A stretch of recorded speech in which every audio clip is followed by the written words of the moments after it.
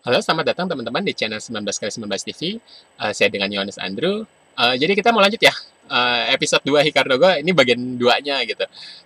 Kita akan bagi beberapa part tentu aja biar nggak kepanjangan gitu ya. Oke, jadi seperti biasa saya akan mencoba menjelaskannya untuk bagian-bagian yang berhubungan dengan ego atau berkaitan dengan ego tentunya. Mungkin teman-teman yang kurang mengerti tentang ego, saya akan mencoba menjelaskannya. Jadi mungkin nanti video-video seperti biasa akan saya pause atau saya mundurkan gitu, atau saya bunyikan lagi. Jadi mungkin kira-kira seperti itu bentuknya ya. Oke, kita lanjut aja dari yang kemarin ini. Oke. はい、じゃあ今日はここまで。宿題忘れないようにね。気をつけて帰るのよ。さよなら先生。あ、進藤くん？最近ぼーっとしてること多いけど、社会の成績はとってもいいわね。家庭教師さんでも頼んだのかしら？まあそんな感じかな。 Dikiranya punya guru そいつ private, が結構厄介なんだよね。 tapi yang ngajarin saya. この調子で頑張ってね。 Yang ngasih tau jawabannya sih じ saya. ゃあ先生。気をつけて帰るのよ。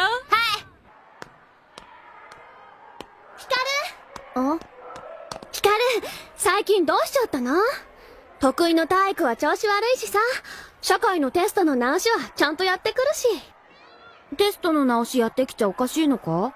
そういうわけじゃないけど。ねえ、明日の日曜、どっか遊びに行かない？明日はちょっと、連れの付き合いで。囲碁教室とか？お前知ってた Cepat khusus の？ ego. うん。お前も来るか？私はちょっと。よろしくお願いします。すいません。どうしても見学したいっていうもんで。いいよ。語に興味を持つ人が増えることは大歓迎さ。最近は星打ちが多くなりましたが、やはり古木人気も健在です。 Oke, jadi ini tadi ngomongnya di sini ada istilah komoku ya, sebenarnya bukan komuko, tapi sebenarnya komoku. Ya ini mungkin salah ketik aja. Komoku sebenarnya. Jadi komoku itu apa? Jadi istilah. Jadi di poin 43 seperti ini, gitu. Biasanya di sekitar hoshi. Biasanya di sini boleh atau di sini boleh, gitu ya. Ya tentu aja di sini boleh, di sini juga boleh. Di sini boleh, di sini boleh, gitu ya. Di sini boleh, di sini boleh. Jadi posisi poinnya biasanya 43 gitu. Kalau 43 maksudnya dihitungnya dari sini ya. 1, 2, 3. 3, 1, 2, 3, 4. Gitu ya. Kalau di sini ya 1, 2, 3. 1, 2, 3, 4. Gitu. Sebenarnya di sini juga boleh. Jadi hitungnya yang dari 1, 2, 3, 1, 2, 3, 4. Gitu ya. Jadi posisi-posisi seperti itu. Itu sebutnya komoku. Gitu. Hanya posisi batu itu sebutnya komoku. Gitu ya. Nah, di sini juga ada ngomong di titik bintang nih tulisannya. Kebanyakan orang saya ini sering melerahkan, ya maksudnya naruh batu sih di titik bintang. Titik bintang itu yang mana? Titik bintang itu yang ini, ya titik-titiknya. Jadi kalau teman-teman lihat kalau di papan ego itu ada bisa ada titik-titiknya. Ini titik nih, ini titik, ini titik, ini titik, titik, titik, titik, titik, titik, titik. Ini ya ini. Jadi ada 9 titik kalau di papan ego. 1, 2, 3 ini, 4, 5, 6, 7, 8. 9. Nah, itu titik hoshi namanya, titik bintang gitu loh. Sebenarnya buat nggak ada ini khususnya sih, maksudnya nggak mesti harus jalan di situ, enggak. Itu bebas kok. Ego itu bebas awalnya. Mau di mana pun bebas ya. Yang penting jangan melanggar seperti yang bunuh diri, seperti itu atau kok gitu ya. Oke. Jadi nggak ada fungsi khusus kok, cuma buat arahan doang gitu. Ya, pedoman doang. Karena zaman dulu dipercaya juga ego itu sebagai buat melihat rasi bintang gitu, pergerakan bintang gitu. Ada yang ngomong seperti itu gitu. Ya, saya kurang tahu pasti juga benar seperti itu apa enggak, tapi banyak yang ngomong seperti itu juga gitu. Ada yang ngomong yang buat strategi perang karena memang berhubungan dengan seperti itu juga gitu. Ada yang emang dari awal buat konsentrasi gitu. Tapi ada yang ngomong juga, salah satu sumbernya gitu, ada yang ngomong juga kalau buat buat melihat pergerakan bintang gitu, atau ramalan bintang lah simpelnya seperti itu. Oke, kita lanjut ya.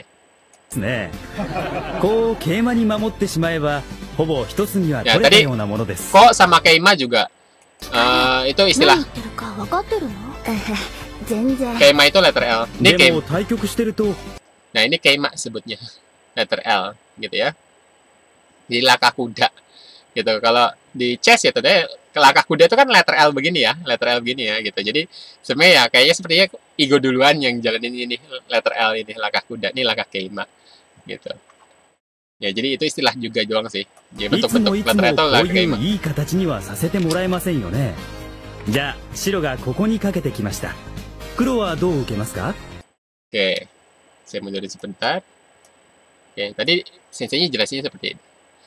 Langkah seperti ini sangat bagus sekali untuk protect area corner. Di awal permainan tentunya, gitu. Yang kadang agak ke tengah dikit. Pokoknya, simpelnya langkah seperti ini, gitu. Langkah kayak seperti ini, dari awalnya ke sini, terus ada jalan hitam terakhir di sini, atau hitamnya awalnya sini, terus jalan di sini, gitu. Pokoknya bentuk seperti ini, gampangnya, di area sudut, ini untuk protect corner. Jadi, San pun jalan di sini pun putihnya gitu akan sulitan gitu. Jadi simpelnya kalau hitam di sini, cornernya hitam sudah aman gitu. Area corner sudah aman. Nah, terus いつもこういういい形にはさせてもらえませんよね。じゃあ白 nah, makanya dibilang kalau tadi kan ada hitam sini ya. Kalau hitamnya di sini kan ibaratnya kalau putih masuk tuh udah susah sekali, udah bentuknya udah bagus gitu loh hitamnya. Makanya biasanya di awal putih akan main biasanya buat nyerang area cornernya, putih taruh di sini duluan. Ngerti nggak Pak maksudnya? Jadi gini, kan kalau hitam taruh di sini, tadi yang saya bilang ada hitam di sini, yang tadi di sini hitam dan hitam di sini, cornernya jadi kuat sekali, gitu loh. Jadi kayak udah bisa diklaim ini 75%, 85% adalah bakal jadi wilayah hitam, gitu loh. Tentu aja nggak 100% gitu. Untuk awal-awal ya kemungkinan besar jadi wilayah hitam besar di sini dan putih akan sedikit susah untuk mengutak-atik di area sini gitu. Jadi biasanya nggak, kalau udah ada hitam di sini dan hitam di sini ya, putih juga mikir-mikir lagi buat bikin sesuatu di sini gitu. Paling hanya tempel-tempel doang, hanya mengurangi wilayah sedikit-sedikit aja gitu loh, nggak sampai ngerusak bener-bener gitu. Karena begitu ada hitam di sini ada hitam dan di sini ada hitam, itu udah kuat sekali bentuknya. Supaya nggak jadi seperti itu, tentu aja di awal-awal putih ya sebelum hitam jangan sini, jangan duluan aja sini gitu loh. Kan kalau hitam di sini kan kuat, ya udah jangan duluan sini gitu. Biar sekarang putih punya kesempatan, punya chance buat ngerusak wilayah corner hitam di sini gitu loh, ngeganggu setidaknya gitu loh. Jadi makanya di awal-awal banyak langkah-langkah seperti ini gitu. Kalau hitamnya udah koboku, putihnya jalan sini. Nah terus sensinya nanti nanya, terus sebaiknya respon hitam gimana kalau begitu putih jalan sini? Tentu aja responnya bisa baik banget. Di sini bisa, di sini bisa, di sini bisa, di sini bisa, di sini bisa gitu. Sini bisa baik macam-macam, sangat banyak sekali karena ini berhubungan biasanya seperti ini kan kaitannya dengan Joseki gitu. Joseki kan ada ratusan gitu. Banyak sekali bener-bener baik dan bisa terus bertambah banyak gitu ya. Jadi terus nanya gitu ke murid-muridnya, jalannya hitam harusnya seperti apa? ここにかけてきました。黒はどう受けま Ya す hitam か？ harus jalan seperti apa? これ知ってる。ん？ Nah Hikaru bilang 進 tahu. 藤君だったね。じゃあどこに打つのかな？ 16の5。 Nah dia ingat langkahnya saya. 16の5。その星の下。 16の5。 Ya ここ bukan かい？ bukan di balik bintang Oh. tapi di bawah bintang. Di bawah titik Hoshi. 君は5はほとんど初めてなんだよね。あ、間違ってました。すいません。 Ya jadi langkah Kosumi ini sebutnya gitu. Langkah diagonal seperti itu sebutnya langkah や Kosumi. とってもいい手だよ。え？最近はあまり見ないけど、昔はよく打たれていたんだ。はあ。 Nah, tadi kenapa banyak yang lihat ke arah Hikaru begitu Hikaru nyebutin langkah ini? Ya kan tadi banyak yang noleh ke belakang ya, gitu. Hikarunya sendiri nggak ngerti, Hikaru cuma inget dia, oh saya jalannya seperti itu gitu. Saya kan langkahnya seperti itu. Hikaru cuma hanya menyebutkannya aja gitu. Dia nggak ngerti sebenarnya seberapa hebat langkah itu gitu.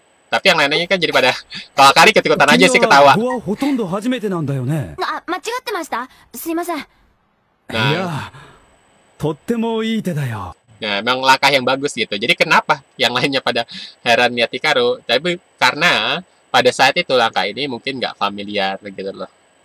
Itu sebenarnya langkahnya kuat, tetap langkah kuat gitu. Makanya tadi sesinya bingung, kamu beneran baru pertama kali belajar Igo gitu. Kok tahu langkah seperti ini gitu loh. Ya itu tuh ya langkah saya kan Hikaru cuma nyebut doang, jeplos doang gitu loh. Jadi sebenarnya kenapa tadi yang penontonnya atau murid-murid yang lainnya pada heran gitu noleh ke Hikaru semua karena memang langkah ini pada saat itu mungkin jarang digunakan gitu. Tapi kok sekarang sebenarnya sering kok gitu. Ya, kok sekarang sering karena efek dari AI juga tentunya gitu ya.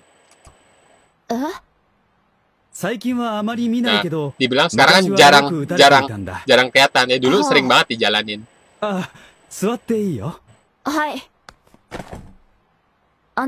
どうして今は打たれなくなったんですか？昔は込みのルールがなかったんだよ。ゴミ？先手で打つ黒の方が有利になるから、その代わり白は最初から5目半もらえるんだ。Oke, bisa jelasin dikit ya. Oke, komi. Komi itu jadi bonus poin untuk putih. Jadi kalau permainan diawali dengan nigiri, putihnya selalu dapat bonus poin, gitu. Kenapa? Karena hitam jangan duluan, dapat wilayah duluan, gitu. Dianggapnya lebih menguntungkan. Kan bisa digini dong. Ya hitam jelas aja menang, gitu. Ya putihnya biar mengimbangi itu, gitu. Biar putih nggak merasa dirugikan, putih dapat namanya komi. Komi itu bonus poin, gitu, buat putih, gitu ya. Itu namanya komi. Gitu. Jadi berapapun jumlah yang diperoleh putih di akhir permainan plus komi, gitu. Kominya berapa gitu tergantung, gitu. Biasanya kalau sekarang 6,5. Oke, jadi ini jadi putih hang ya kan ngomongnya. Bentar, saya mundurin dikit. 昔はコミのルールがなかったんだよ。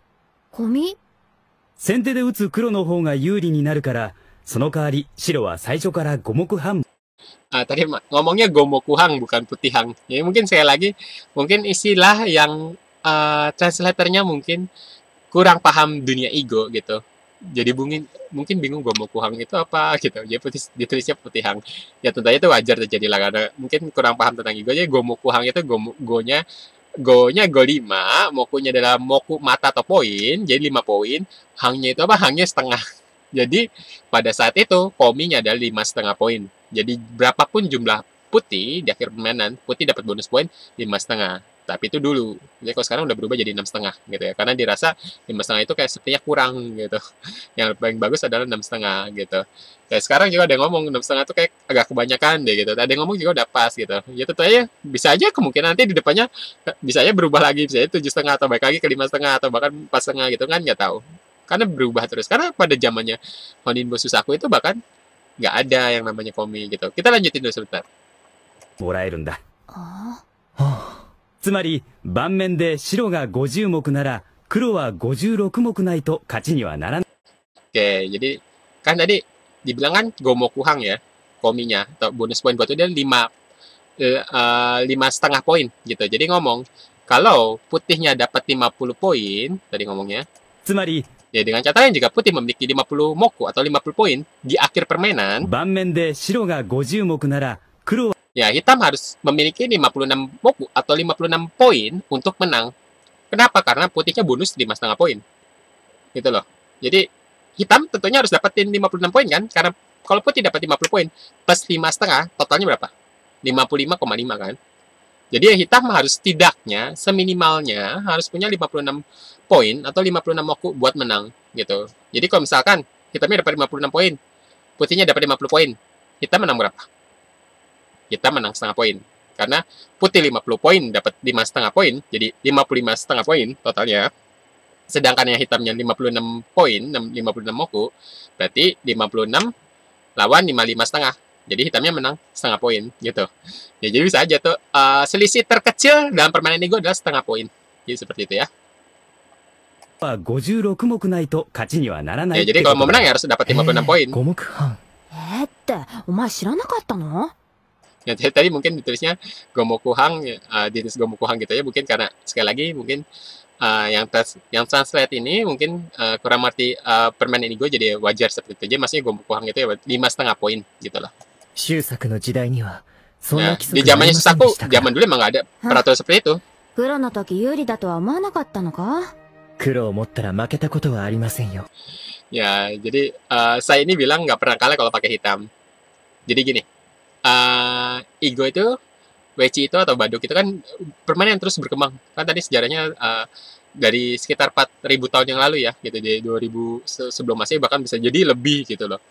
Nah, permainan terus berkembang. Ya sebagai info aja, awal-awal bahkan permainan Igo kan kalau sekarang kosong ya papanya. Kalian bebas taruh di mana aja pertama-tama. Tapi zaman dulu nggak di setting. Jadi ada masing-masing di sudut ada hitam, putih, putih gitu loh. Dan yang jalan pertama dulu adalah putih duluan gitu.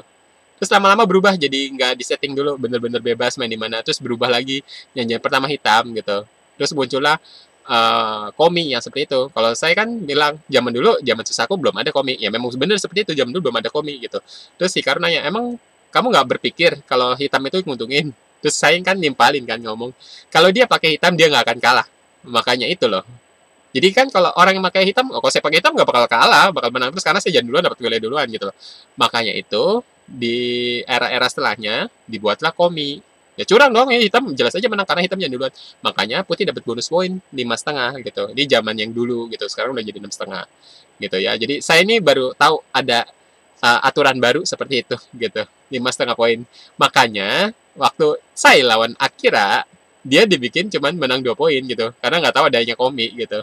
Ya kalau misalkan ada komi mungkin dia akan lebihin lagi gitu biar. Kalau misalkan yang kemarin Akira lawan Hikaru, yang lawan saya itu kan menangnya cuma 2. Tapi kalau secara Akira pakai putih, kalau seandainya Akira dikasih komi, harusnya yang menang Akira, bukan saya atau Hikaru gitu loh. Ya, karena ya sebelumnya saya juga nggak tahu itu. Dan memang dari awal permainannya, udah kesepakatan Hikaru jalan duluan pertama. Nggak lewat proses nigiri. Kalau proses nigiri biasanya putih pasti dapat komi. Kalau lewat nigiri pasti biasanya putih dapat komi. Itu biasanya. Tapi ada juga sih yang enggak sih. Ada yang peraturan-peraturannya tergantung penyelenggara sih. Cuma ini kita ngomongin pada umumnya. Kita kalau main Igo, terus kita nigiri awal, ya nanti nigiri juga ada penjelasannya kok di sini. Nanti saya akan coba jelaskan lagi. Atau teman-teman bisa lihat video yang lain, saya juga ada jelasin soal nigiri.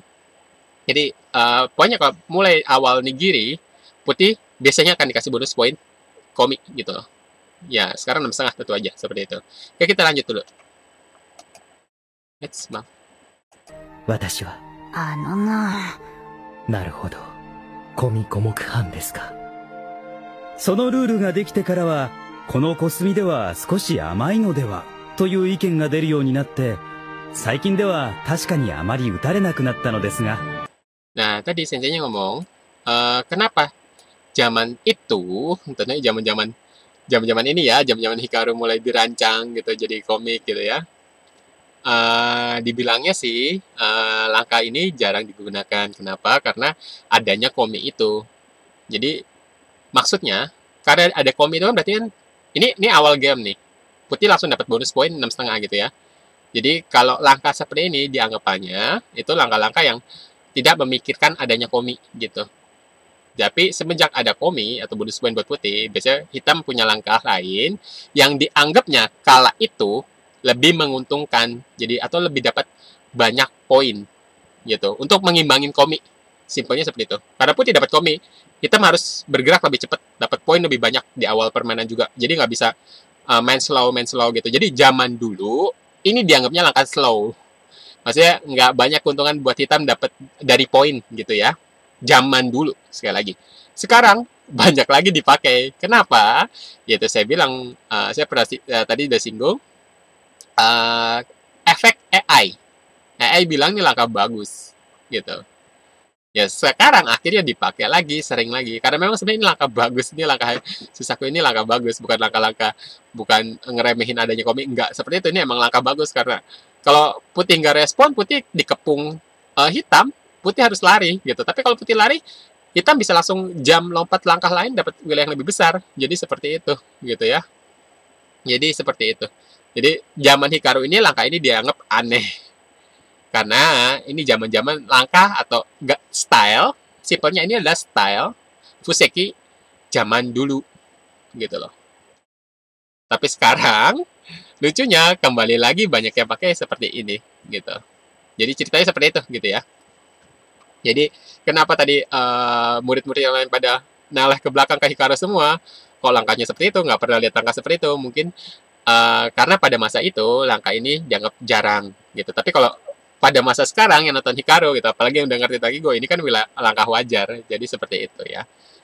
Oke, kita lanjut dulu. あまり打たれなくなったのですが、素晴らしい一手であることには変わりないのです。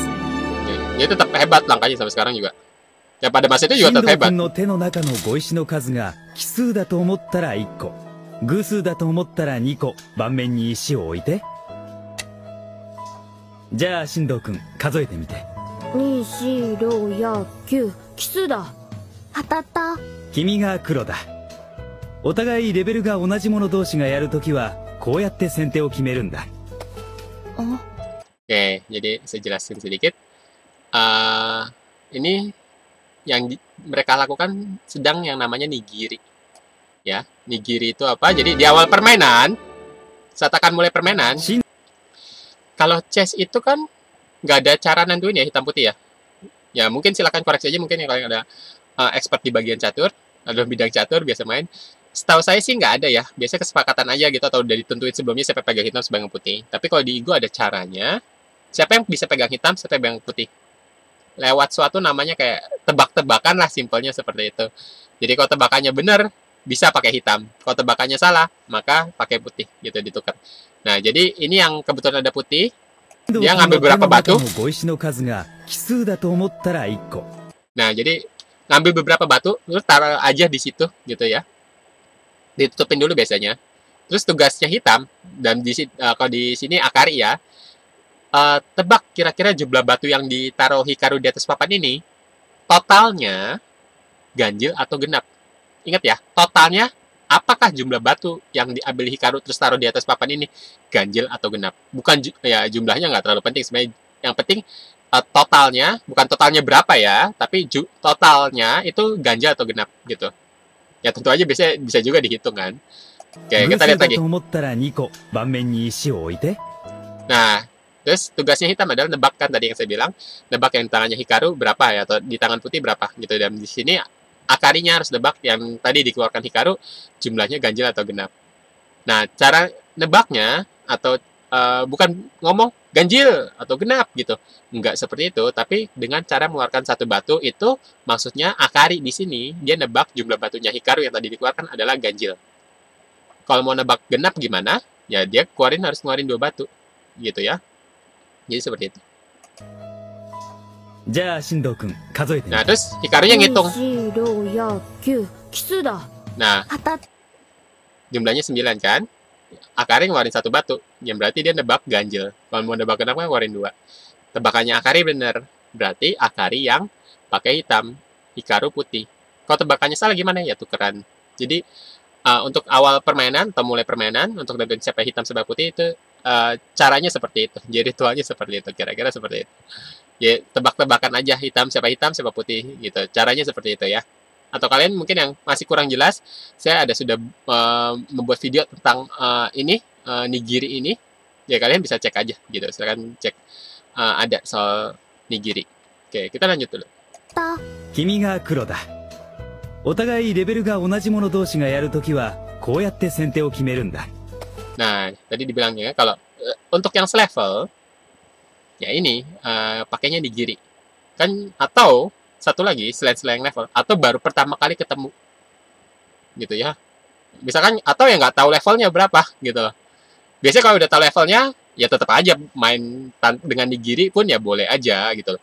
Tapi bisa juga dengan handicap kan tentunya. Yang saya singgung kemarin kalau misalnya ntar 30Q dan 28Q beda 2 level biasanya handicap 2 gitu.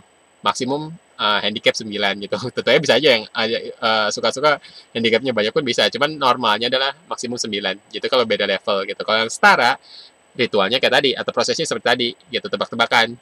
Siapa pegang hitam pegang putih lewat nigiri seperti tadi. Yang putih tentu aja kayak yang tadi dapat bonus komi 6,5 poin gitu loh. Jadi berapapun jumlah putih yang dapat plus 6,5 poin gitu ya. Jadi yang buat selevel pakai nigiri juga. Atau yang baru ketemu gitu nggak tahu levelnya juga nigiri gitu.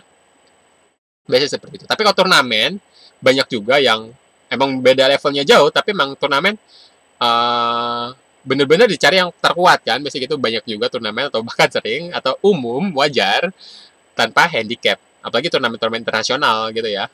Itu rata-rata bahkan tanpa handicap. Semuanya untuk awalin permainan prosesnya nigiri seperti itu. Tapi sekali lagi tentunya ada juga yang udah ditetapin siapa hitam siapa putih seperti itu ya. Tapi rata-rata umumnya adalah proses seperti itu nigiri gitu. Oke, kita lanjut dulu. Oh. プロの打った碁だよ。今日はそれを並べて漢字を掴んでください。じゃまた後でね。ねえ、光わかるの？この番号の順番に並べていけばいいみたいだけど。 Nah, tadi senseinya dia coba ngasih buku Igo, ini buku mungkin pelajaran Kifu gitu ya. Ini untuk Fuseki, penyebaran wilayah gitu. Jadi dikasih ke Hikaru, coba nih disusun batunya satu-satu gitu buat barangkali ngerti. Sebenarnya kalau menurut saya proses seperti ini ya untuk pemula ini nggak bagus sih gitu. Untuk pemula sebaiknya jangan belajar seperti ini gitu karena nggak ngerti juga gitu loh. Sesekali boleh gitu. Ibaratnya dapat feelingnya. Cuman ini masalahnya adalah Hikaru adalah yang baru bener-bener belajar tentang ego gitu. Baru berapa kali doang kan gitu. Jadi kalau kalian juga biasanya kalau mau ngajarin orang juga sebaiknya jangan seperti ini. Jangan langsung dikasih suruh nih baca buku terus coba disusun karena tentu aja nggak akan ngerti. Karena langkah-langkah di sini ini semua langkah-langkah profesional, ini langkah-langkah bagus-bagus semua, Joseki bagus-bagus semua, Fusekinya bagus gitu loh. Jadi ya bisa aja ditaruh-taruh seperti Hikaru bisa aja main, tapi tetap aja nggak bakal ngerti gitu loh. Kemungkinan seperti itu sih. Ya, ya bukannya nggak boleh sama sekali ya, tentu aja boleh aja main seperti itu buat pemula gitu. Mungkin bisa dapat feel-nya gitu. Tapi tentu aja nggak bagus buat jadi metode latihan rutin buat pemula. Karena percuma. Mereka nggak akan ngerti gitu. Kenapa pertama Putih taruh di sini pun belum tentu ngerti gitu. Kenapa mesti Putih taruh di sini gitu kan? Biasanya yang belajar seperti ini, yang belajar dari Kifu, ya ini belum tentu Kifu keseluruhan sih buat lebih lanjutnya gitu. Setidaknya sudah level minimal pertengahan Q lah, belasan Q gitu. Untuk di atas misalkan 20 Q atau ke atasnya, sebaiknya sarannya adalah main sebaik-baiknya aja. Selesai, itu doang gitu loh. Kalian nggak usah perlu belajar pusing macam-macam dari buku-buku itu, nggak usah gitu loh. Kalau Sumego tentu aja boleh gitu. Itu bagus malah justru Sumego ya buat yang tadi itu. Yang buat pecah-pecahin soal gitu. Yang di part sebelumnya yang penjelasan buat cara ngebunuh lawan itu, ya itu bagus juga buat pemula. Tapi kalau untuk awal seperti ini, bahkan ini kan papan 19x19 nih. Buat pemula terlalu awal ya, gitu.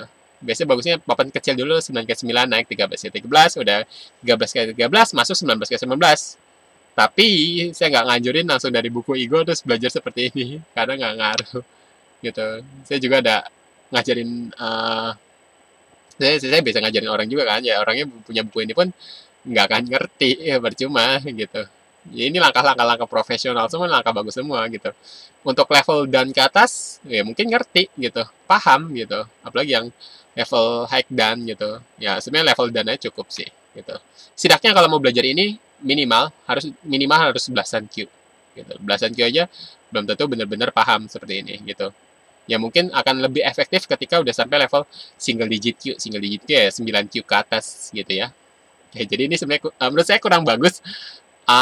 Pemula apalagi seperti Hikaru baru belajar terus tahu-tahu dikasih buku seperti ini, coba dijalanin ini ya nggak ada gunanya. Hikaru juga kan ngerti gitu, apalagi Akar yang benar-benar baru hari itu datang gitu ya. ほれ、あかり、最初はここだ。どこ？ここ。はい、ここで6試合いただき。Oke, jadi mungkin kita stop di sini dulu karena mungkin udah lama, udah panjang. Ya, kita nanti lanjut lagi di part berikutnya. Ya, kita akan bagi beberapa part, tentunya daripada takut terlalu panjang. Oke, jadi untuk video ini sampai di sini dulu. Buat teman-teman yang kira-kira suka video-video seperti ini, silakan like, subscribe, komen juga. Silakan share juga ke teman-teman yang mungkin yang tertarik soal Igo. Silakan juga kalian komentar di kolom di bawah. Mungkin ada hal-hal yang mungkin kalian ingin tahu gitu ya. Jadi silakan aja komen di bawah, dan saya akan juga memberikan beberapa info di kolom deskripsi di bawah, jadi kalian silahkan cek aja. Jadi buat teman-teman yang mungkin tertarik belajar Igo bagaimana, atau di mana cara beli papan atau peralatan atau hal sebagainya gitu, saya mungkin memberikan beberapa info yang mungkin bisa berguna buat teman-teman semua. Jadi silahkan cek aja. Oke, video kali ini sampai sini dulu ya. Terima kasih atas perhatiannya. Terima kasih sudah mengikuti video ini. Ya, kita ketemu lagi di video berikutnya. Terima kasih.